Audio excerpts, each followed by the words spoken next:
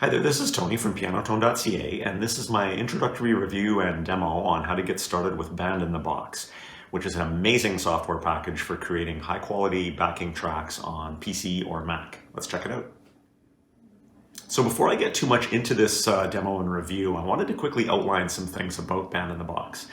This software has been around for a very long time and over time has built up a pretty massive feature set. You can make really high-quality backing tracks, and they can even include actual recordings from actual musicians, so the resulting tracks can be very realistic.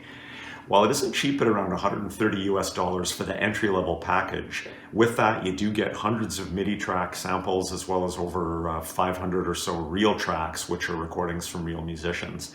And you also get a DAW digital audio workstation software package called Real Band that integrates with Band in the Box. Now, one of the big cons of Band in the Box is that the user interface, at least to me, is a bit outdated and is definitely not very intuitive, especially when it comes down to doing anything beyond some of the basic features. The interface is overwhelmingly busy and can require a lot of time, research, and some patience to learn how to perform some of the more advanced features. But with all that being said, there are thousands of users out there that use this software, tons of forums, tons of YouTube channels with helpful videos on how to get some assistance on doing whatever task it is you're after. So with all of that out of the way though, here's the good or even great news. If all you want to do is make some high quality backing tracks without requiring too much advanced tweaking or customization, then accomplishing that is really not that big of a deal, and that's basically what I'm going to demonstrate in this video. And if that's all you ever want to do, which is kind of where I'm at, then you're going to be good to go. Or if you do want to dive deeper into Band in the Box's massive feature set, then this video will still be a good start for you. So here goes. So here's the main window for Band in the Box, and by the way, I'm demonstrating this on Windows 10. Now, as you can see, there is a lot going on here in this user interface. There's a lot of menus with tons and tons of options, and there's a lot of nested options in there as well. You've got more buttons over here and tabs. So it's a pretty busy user interface. So instead of trying to go through all of that and try and explain it item by item, I thought the best way to get you up and running and show you how the basic features work would be to just pick a song and let's make a backing track for it. So let's get after it. Decided to use Yesterday. It's a song by some band called the Beatles. So here's a simple sequence of steps for you to follow. First thing to do is, of course, to look up the chords for your song online. So just Google song name and then chords, and you're going to find lots of options. Ultimate Guitar is usually one of the better choices. You'll also want to know what the tempo of the song is in BPM. So if it's not displayed on whatever chord sheet you found, you can Google that separately. If you did choose a result from Ultimate Guitar, you should see the BPM indicated on the page. Now, the first thing we want to do here is to add a lot of bars to the song so that we've got some room for our chords.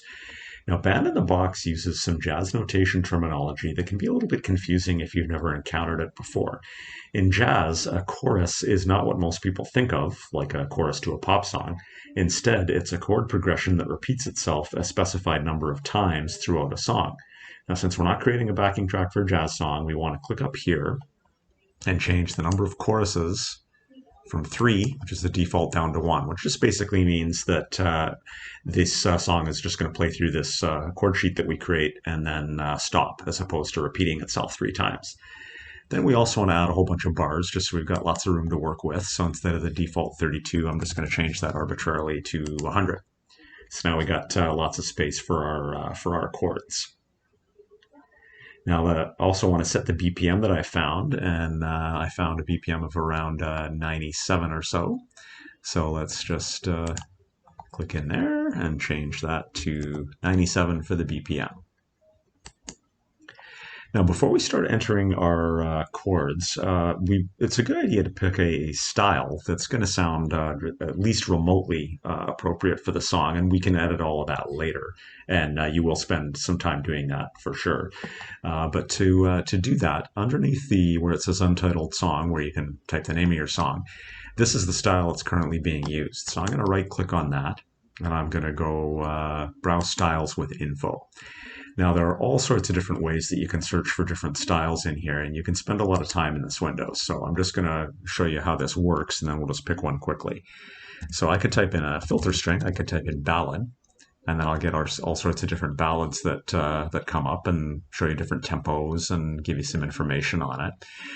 You can also I could get rid of that, and I can filter by category, bluegrass, folk, rock, etc. I could filter it by a time signature so that I only get 4/4 as opposed to something in a waltz time or whatever. I'm going to go ahead and put that one on because I know that this song is in 4/4. Feel, you can filter it for something with a swing feel or a straight feel, that type of thing. Tempo, you can filter it for styles that were recorded or set up with a default tempo. I don't usually do that because you can often use a style that was recorded at a totally different tempo and it sounds great.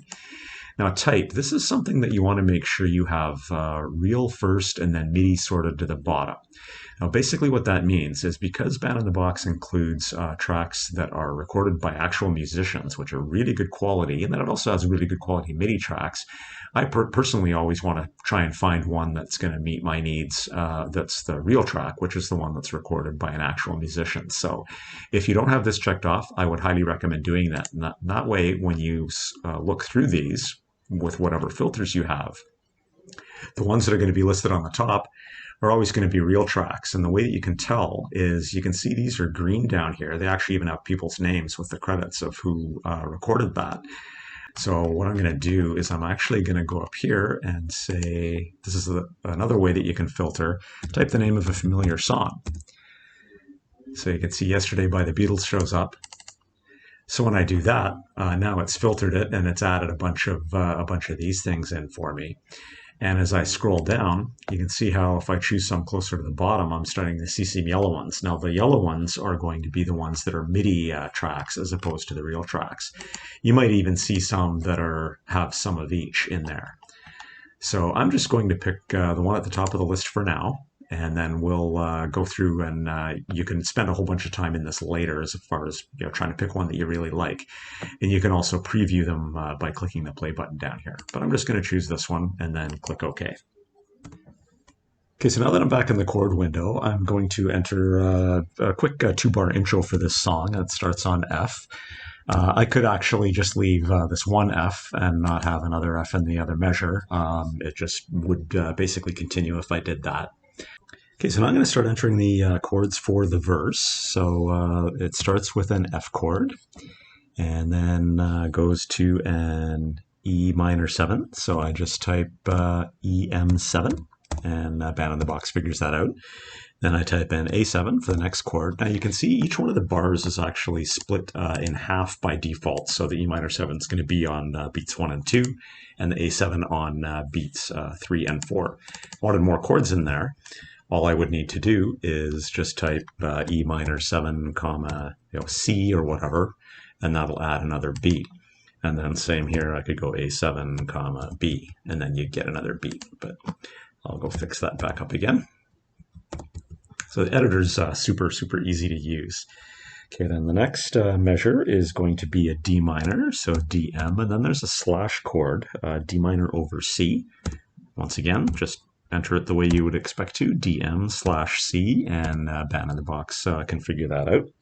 Tell the bass player to play a C on that part of the song. Then we go to a lot of the sheet music for or chord charts for yesterday will say a B flat here. I actually play a B flat major 7. And that's what I'm going to type just to show you. You just type MAJ to get a major 7th chord. And then there's a C7. And then a F, and then a E minor. Then there's a D minor 7, and a G7, and then a B flat, and then an F. So that's the first verse, so let's take a listen to this.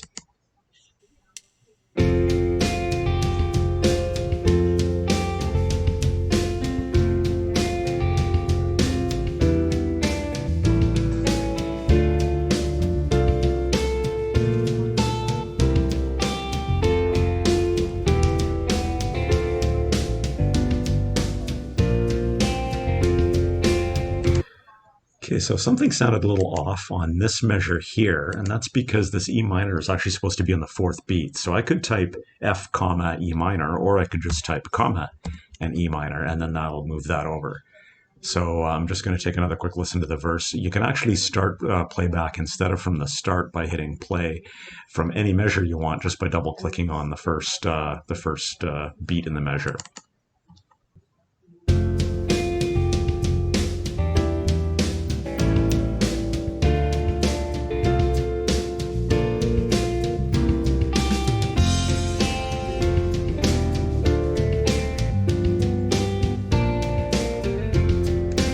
Okay, so that sounds better. So now there's another verse right after, so I can actually highlight all of this.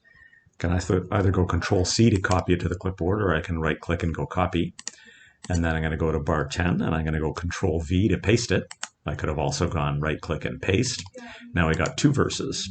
So now I'm going to enter the chorus. I'm just going to quickly enter the chords for this. And now I'm just going to start it maybe from bar 14 here to see how the chorus sounds.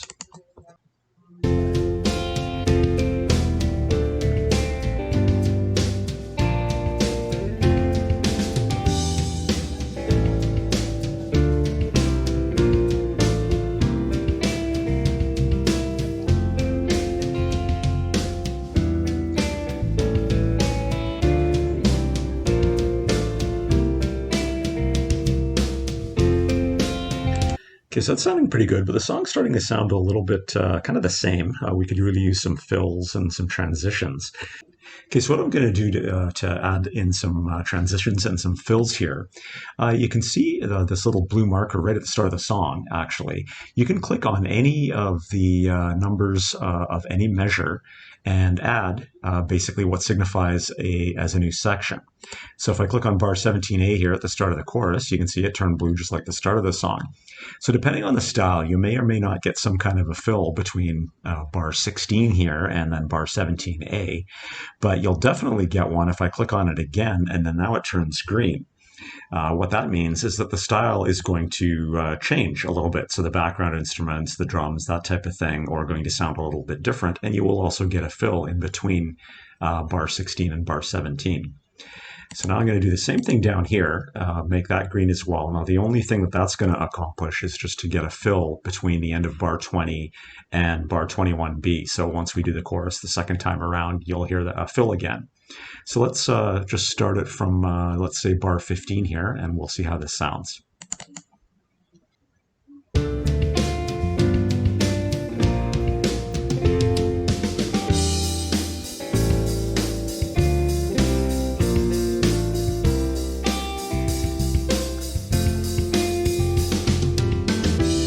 So you can hear how I got the fill at the before the chorus started, and then how the drums changed, and then also got a fill in between bar 20 and bar 21. So now I'm going to hit stop, and before I fill in the rest of the song, I'm just actually going to, let's go back to the verse here. I'm going to grab this verse, and I'm going to paste this in, and then I'll turn this back to blue again, so we'll also get a fill now at the end of the chorus, and then it'll return back to the type of style that it was using at the start of the song. So I'm just going to start from the end of the chorus so we can hear how that sounds.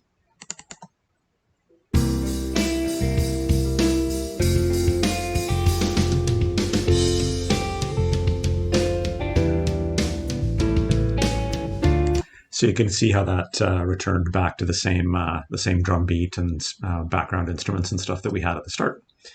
So now I'm just going to actually fill in the rest of the song quickly, and then show you a couple of other neat things you might want to be able to do.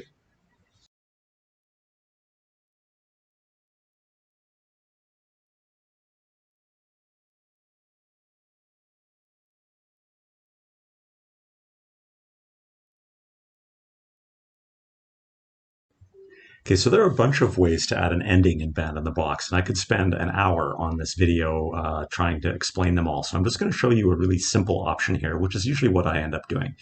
So the first thing is right-click in the window anywhere and choose Song Settings. Now there's a built-in Band in the Box ending kind of feature, but I'm actually going to turn that off. That's generate two-bar ending for this song. So I'm going to turn that off. Then I'm going to go back to the chord window, and I've added this final F after the final, like kind of the outro of the song, which is this part here. And I'm going to switch this to an F with 3 periods afterwards. What that does is basically says to strike this chord once and then kind of hold it and sort of fade it out type of thing. So now let's edit the number of the bars in the song to be 50. So this bar 50 is the last one.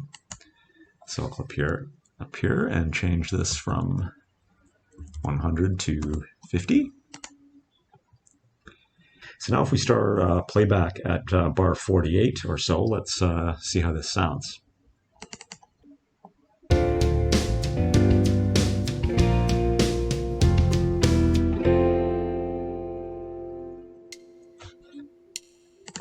Okay, so if you're good with that, you can now export this file to use as a backing track and you're good to go. So you can click on File, and then you can click on Save Special. And you've got all sorts of different options here on how to, what kind of format you might want to save it in. Usually you're going to want to save it as a WAV file. If that's going to work for whatever device you're going to be playing this back on, that's going to be a good quality backing track file.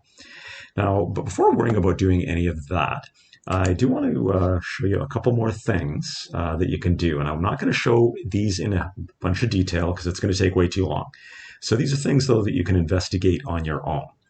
So muting instruments or adjusting volumes. This mixer over here on the right is pretty self-explanatory. These are the different tracks that you have in your backing track. So if I didn't want any piano, I could just mute it for the whole song if I wanted. Or if I found it to be a little loud, I could adjust the relative volume of it relative to the other instruments. Or for example, let's say I like all of the instruments and how they're playing in my song, except for maybe I don't like this one guitar. I don't like the finger picking style that's being used or whatever. I could actually right click on this and then I could go and browse for different real tracks that I could use instead. Or I could also pick different MIDI styles as well. So you don't have to, you're not like locked into all of the instruments within a style. You can actually switch them out and mix and match. And then if you really like it, you can even save that as a custom one of your own. So that's super cool. Now you can also adjust the instruments during playback. This is something I do a fair bit. So you can actually click on any bar that you like. So let's say on the intro, and I go to bar settings.